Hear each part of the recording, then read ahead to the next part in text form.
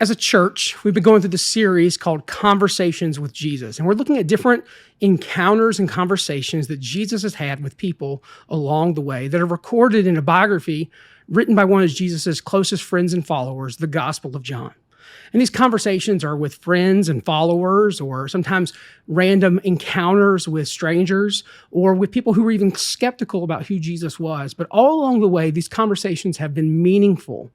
But there's a conversation near the end of John's gospel that is a little different than the others. This isn't a conversation between two people. It's a conversation between Jesus and God the Father. It's a prayer that is recorded in John 17.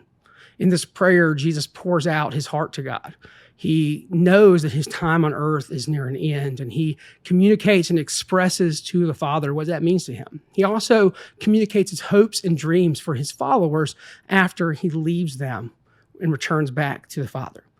And each day this week, as we prepare to celebrate the resurrection of Jesus as a church family, we're going to look at a little piece of this prayer. It's sometimes called the high priestly prayer, and we're going to look at a little piece of it each day.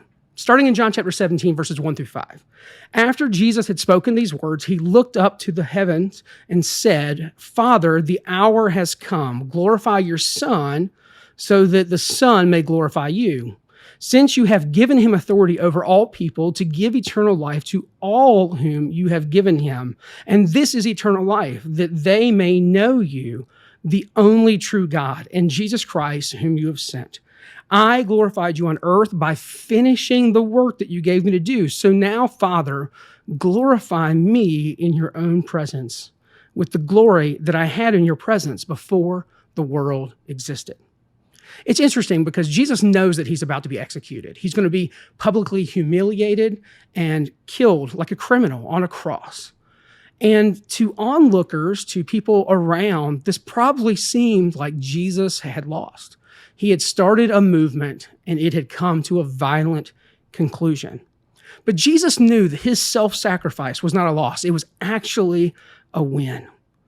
And I think that when we think about living out our faith, we often feel like, man, I need to make sure I'm taking care of myself and I'm growing and I am the priority here. But Jesus is our example of self-sacrifice. So this week, as we prepare to celebrate the resurrection of Jesus, as we think about what it looks like to come together as a church family for Easter and to really focus on the power of God's resurrection, we need to recognize that resurrection is only possible. The new life that's available through Jesus is only possible because Jesus willingly sacrificed himself.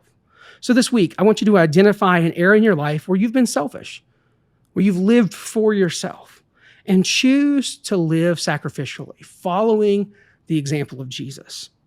We see that Jesus knew that when he did this, when he sacrificed himself, that's where the Father was glorified and where he was going to be glorified. So this week, identify a way that you can live less selfishly and more sacrificially.